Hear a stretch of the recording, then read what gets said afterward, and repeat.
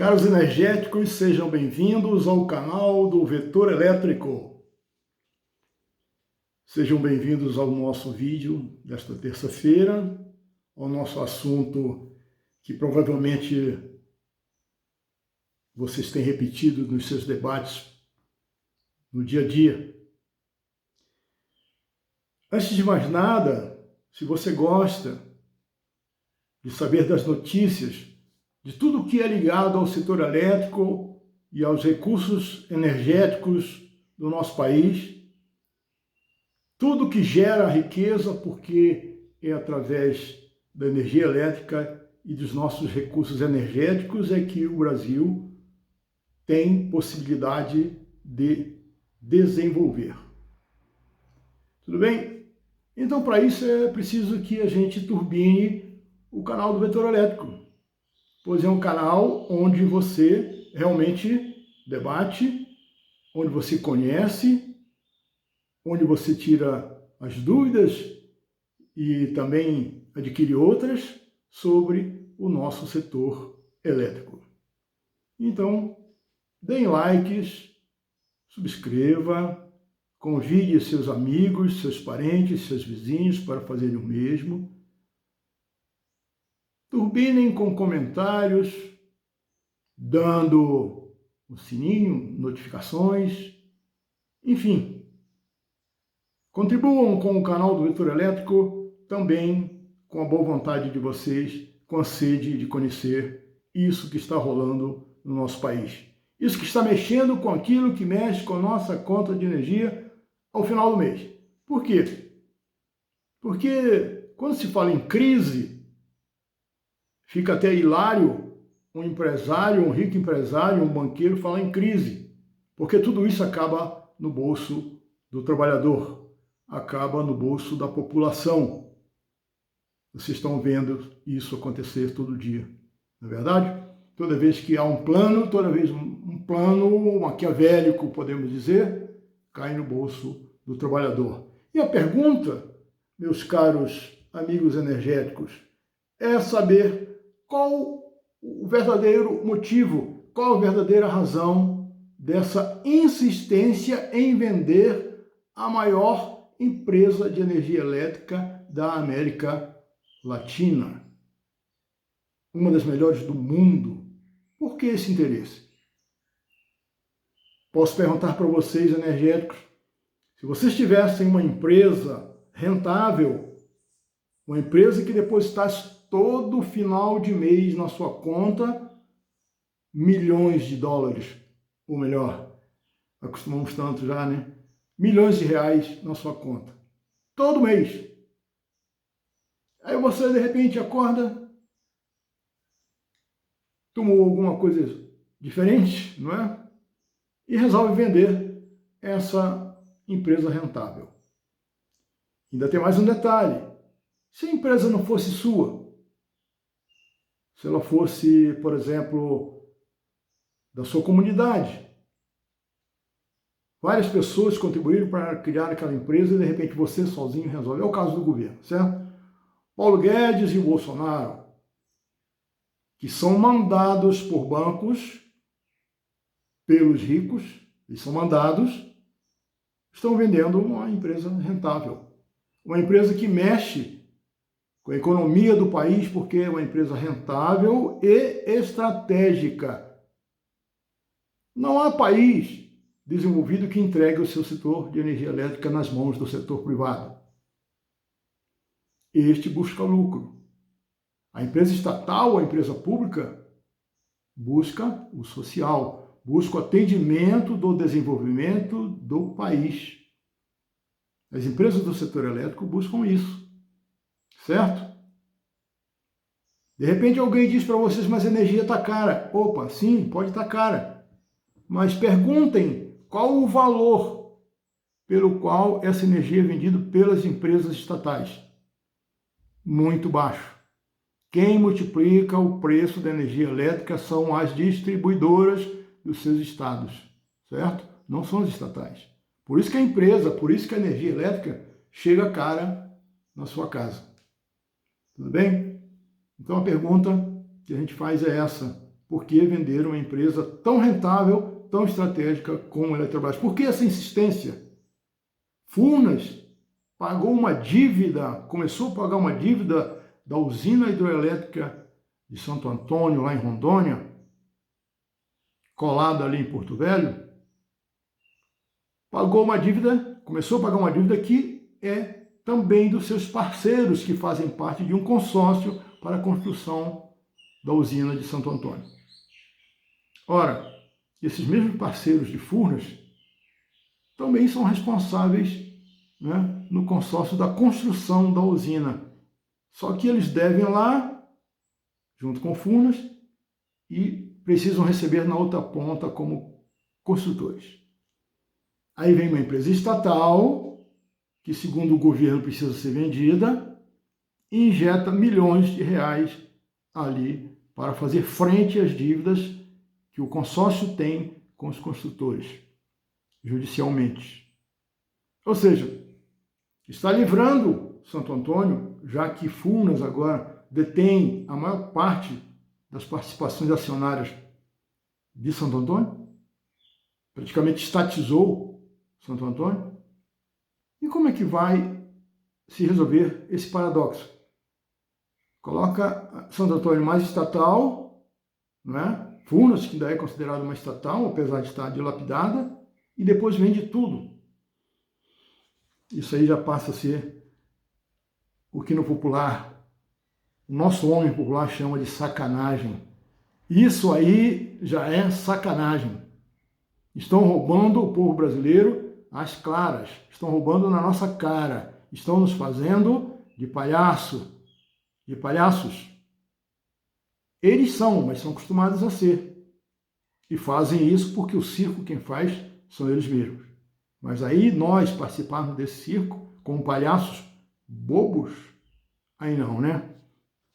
Então veja só.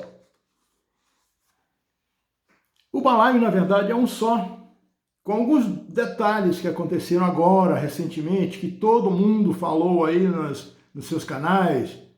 A TV aberta fala muito pouco, né? Explica muito pouco, na verdade, mas o que eu falo de um balaio só? Onde é que entra o balaio? A reeleição, não é? Não só a reeleição do Bolsonaro, mas a reeleição de toda essa bandidagem que está no Congresso Nacional. Os senadores, deputados que buscam a reeleição. O que tem a ver? Vamos ver. Vamos citar aqui o que está nesse balaio.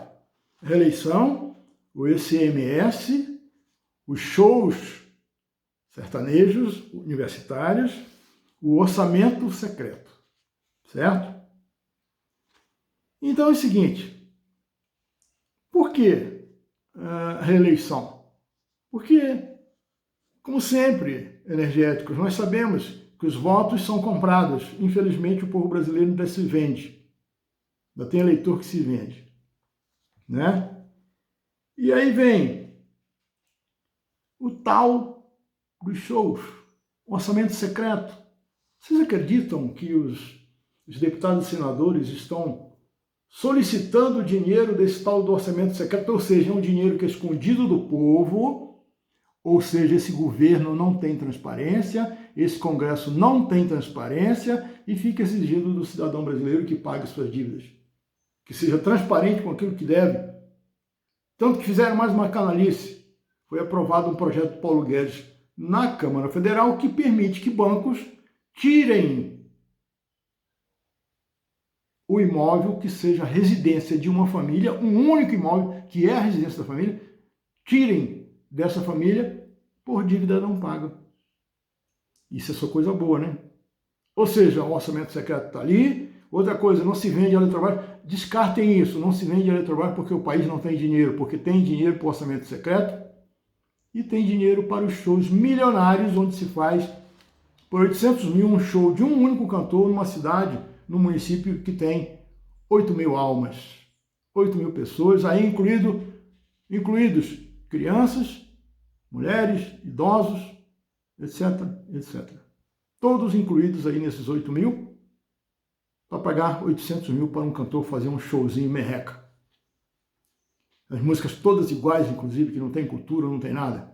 aquela gritaria danada, né? Mas tudo bem, vamos ver. Aliás, descobriu-se o seguinte, que os deputados e senadores estão requerendo dinheiro desse orçamento secreto para, que eles chamam assim de PIX, né?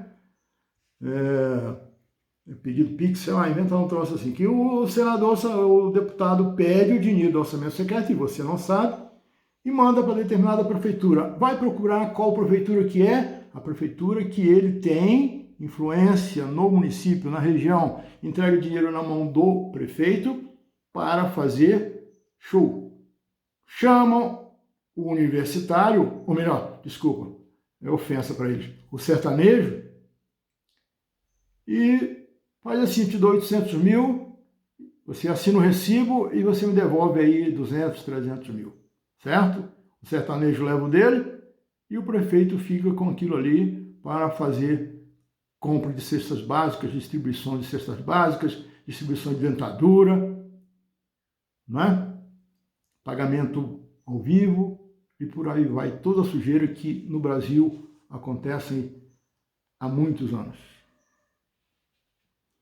Então aí envolveu reeleição, é para isso, aí vem os shows e o tal do orçamento secreto, tudo balão e só. E o ICMS, qual é a onda do ICMS? Simplesmente reduzir para um mínimo, numa base de 17% de ICMS dos estados, para que eles sejam perdoados de alguns valores mais altos, 23%, 30%, alguns estados cobram, varia muito o valor do ICMS de estado para estado, mas o governo quer passar para 17%, perdoando o resto, mas disse o seguinte, não haverá a tal da, digamos assim, escassez financeira para os estados. Por quê? Porque o governo vai cobrir, segundo já se soltou por aí, com a venda da Eletrobras, vai cobrir o rombo dos estados pela falta de arrecadação no ICMS. Ou seja, o governo ajuda a sua própria reeleição, né? Ajuda os governadores a fazer suas campanhas também, né? Porque fica com mais dinheiro, né? Mais dinheiro não, fica com mais cacife político, porque está perdoando esse ICMS, mas vai continuar recebendo através do governo federal até dezembro desse ano, que também significa que nós vamos pagar, não é o governo que paga. Eles perdoam dívida dos outros, mas nós pagamos ao final, tá certo? Passa para 17%, quem tinha 21% para 17%, quem tinha 30% passa para 17%, mas o governo já disse, vai cobrir. Nós pagamos, engraçado que bate no peito e diz assim, nós pagamos não, nós somos nós vamos pagar, tá certo? Nesse orçamento secreto, imaginem, o partido que tem mais pedidos, mais solicitação de dinheiro no orçamento secreto, o PL, certo? O PL com 699 milhões. Imaginem de onde veio esse dinheiro? Só de quem trabalha. O governo não trabalha, Paulo Guedes não trabalha, Bolsonaro não trabalha, os deputados e senadores não trabalham e só arrecadam aquilo que a gente contribui através de impostos, e eles pegam esse dinheiro lá e estão fazendo essa gracinha com a gente aí, tá certo? Então tudo é cobrado de nós mesmos, tá? Então o PL, 699 milhões já solicitou desse tal orçamento secreto. Depois dele vem o MDB, o PP de Pato, vem o tal de União, vem Republicanos, PSD e depois PSDB e por aí vai. Entre os que mais tiraram dinheiro desse orçamento secreto está quem? Aquele cara que quer colocar a privatização da Petrobras no plenário da Câmara, mas que exige votação do quórum mínimo. O quórum simples, quer dizer, o que tiver lá, tiver 15 deputados e 8 votarem, pronto, a Petrobras também vai para o sal. Foi ele, Arthur Lira, foi o que mais tirou dinheiro do orçamento secreto. Muito dinheiro, por sinal. Depois, aqui para o pessoal, inclusive dos eletricitários aqui, da proximidade, o 8º lugar em retirada de dinheiro do orçamento secreto chama Dimas Fabiano. Sabem esse cara? filho de um ex-diretor de Furnas Centrais Elétricas, inclusive foi envolvido naquela tal lista de Furnas, onde ia dinheiro para o Aécio Neves, certo? Era no tempo do Dimas Fabiano. Agora quem é deputado federal é o filho dele, que está lá em 8º lugar na retirada de recursos desse tal orçamento secreto. E para alguns que ainda defendem esse cara de pau, em 9º lugar está um tal de Emidinho Madeira, um dos que mais retira dinheiro, está em 9º lugar, retirando dinheiro do orçamento secreto. Outro dia eu vi aqui pela região um tal de Raul Belém. O cara teve a cara de pau de colocar um outdoor, vários, dizendo que deu 73 mil para um determinado município. 73 mil. Olha só, vem catar um pouquinho de votos, se não me engano ele é lá da região de Uberlândia, mas ele está no sudoeste de Minas, dando 73 mil para determinadas prefeituras, lógico, querendo caçar voto e nunca veio aqui. É assim que é a política brasileira, é assim que é distribuído o orçamento secreto, certo? Tem tanto dinheiro que ainda faz outdoor. Eu acho que gastou mais em outdoor do que os 73 mil que doou para certa prefeitura. Vamos dizer logo o nome, chama São José da Barra Prefeitura, certo? Recebeu 73 mil desse deputado, não sei para quê, e eu acho que em outdoor ele gastou mais do que esses 73 mil, tá certo? Eu me lembro agora, eu assisti um dia desse um vídeo de um português falando sobre o Brasil. Ele vendo a grandeza do Brasil em outro vídeo, ele disse assim, eu não entendo, vendo essas coisas, esse país tão grande, esse país tão cheio de matéria-prima, tão cheio de gente boa, eu não entendo por que ele ainda não é a primeira potência do mundo. Essa é a pergunta que eu faço, mas eu sei a resposta. A resposta está lá em Brasília, está no governo, está nos ministérios, está no Congresso Nacional. Por isso que o Brasil não é a primeira potência do mundo. Outra coisa, ligado também ao tal do sertanejo universitário, tal do orçamento secreto, os shows milionários desses cantores aí que, vou te contar, uma gritaria danada, a letra não tem nada, não é? É o agronegócio. O agronegócio, na verdade, é que mantém, que quis criar essa imagem de bom moço, que é aquele que joga veneno, né? Joga veneno no campo, mas dá uma de bom moço aqui, é top, é pop, é não sei o que, né? O agro é pop. O agro, meu amigo, se for buscar o final de uma certa linha, vocês vão ver que não é nada pop e tá ligado sim a esse tal do show do agronegócio, né? Porque, veja só, o nosso agronegócio vende em dólar, ou seja, exporta. Então, para que ele vai vender em real? Ele vende em dólar para fora. Não é para cá. Quem mantém a comida brasileira é a agricultura familiar. Se eu não me engano, 75% da alimentação brasileira que vem do campo é a agricultura familiar, que inclusive os governos, esse governo principalmente, quer acabar. Olha só, o Brasil não tem reserva de alimento que tinha antes. O que é reserva de alimento? Deixar estocado a alimentação para os dias ruins. Aí tem reserva. O agronegócio acabou com essa reserva, não tem reserva. Ou seja, se acabar a alimentação da agricultura familiar, o brasileiro vai passar fome. Primeiro, porque está tudo caro. E outro vai passar fome porque não vai ter produto mesmo, porque o tal do agronegócio top vende tudo para fora, exporta. Outra coisa, meus amigos, até para encerrar isso aí, primeiro eu creio, assim como vocês, e peço que vocês também tenham esperança que isso tudo vai mudar. Tá? Essa questão de tomar casa, o banco tomar casa que é domicílio de uma família que só tem uma, isso vai acabar, o salário vai ser valorizado, o trabalhador vai ser valorizado, vai voltar a ser valorizado, isso tudo depende de nós. Todos nós devemos dizer a todo mundo que o culpado o culpado é o governo, o culpado é o ministro, o culpado... Não, nós temos, sim, são culpados, mas nós temos uma parcela de culpa nisso aí, porque nós votamos. Certo? Esses caras estão todos, esses que estão fazendo maldade com o povo brasileiro, foram colocados lá por eleitores. Certo? Então, quer dizer, quem votou tem uma grande parcela de culpa nisso tudo. E um alerta, para a gente finalizar, o Covid está aí. Como a gente sempre falou, o Covid não foi embora. O povo acredita em decreto de prefeito. O povo acredita em presidente doido que diz para tirar as máscaras. Eu considero o seguinte, meu amigo, quem é dono da sua vida, quem cuida da sua vida, da sua saúde é você, não é decreto de prefeito, não.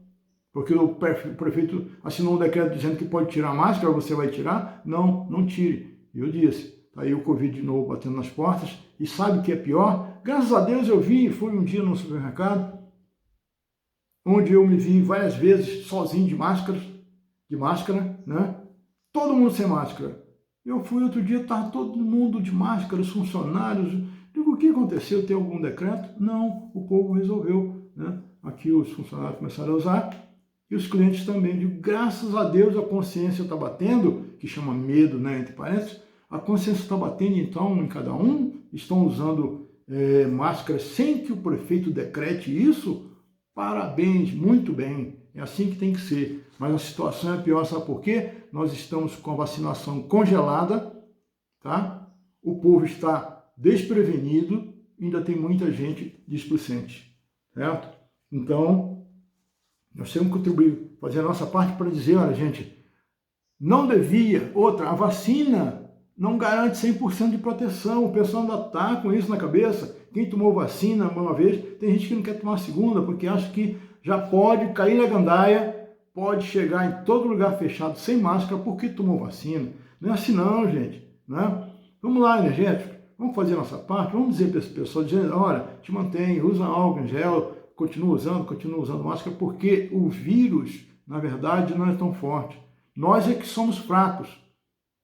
Não é a vacina que vai dar jeito no vírus. Sinceramente, quem vai dar jeito no vírus é a nossa consciência. É o povo consciente. O dia que a gente disser assim, olha, o mais importante é a gente se manter vivo, porque passando fome o povo já está. Mas não é por causa do Covid, é por causa do governo. Certo? Com esse preço absurdo de tudo, porque diz assim, alguém diz, eu não tenho carro, o que me importa se o preço da gasolina, o preço do combustível está alto? Ora, meu amigo, o remédio, a comida, as frutas, as verduras, tudo, até qualquer coisa que você compre, tudo anda sobre rodas. Tudo anda sobre rodas no Brasil. Tá? Mesmo que fosse trem, mas é sobre rodas. Ora, se o preço do diesel subiu o frete dos caminhoneiros, né? E vai subir aquilo que eles transportam, que pode ser a sua comida, o seu vestuário, o seu remédio. Entendeu? Então, fique atento para isso também. A alta dos combustíveis tem sempre algo a ver com você. Tá certo? Então, meus amigos, vamos falar, mesmo com quem não tem carro, né, que a culpa não é realmente da empresa em si, Petrobras. A empresa faz aquilo que o governo manda e não adianta o governo ficar falando que a culpa é da Petrobras, porque afinal o governo, o Bolsonaro toca o presidente da Petrobras quando ele quiser. Como é que ele vai dizer que é culpa da Petrobras, gente? Ele que troca o presidente. Só que a empresa está agregada com acionistas estrangeiros, americanos e acionistas brasileiros, certo? Tem que dar lucro, não importa que seja esse lucro tirado do sangue e do suor de cada brasileiro. Só para você ter uma ideia, meu amigo energético, entre os 6 maiores milionários ou bilionários do agronegócio, estão os 3 que são sócios na Ambev, conhecida Ambev aqui no Brasil e Ambev internacionalmente. O Lehmann, o Paulo Lehmann. E quem é esse cara? É o dono, digamos, da Skol, da Brahma, etc, da Ambev. E que está louquinho para comprar a Eletrobras. Ou seja, o cara já tem lá no campo, faz cerveja de milho, faz cerveja de arroz, seja lá o que for, menos conservada, que foi ele que fez aprovar na legislação brasileira que se podia usar nas cervejas, né, nesse tipo de bebida, cereais não maltados.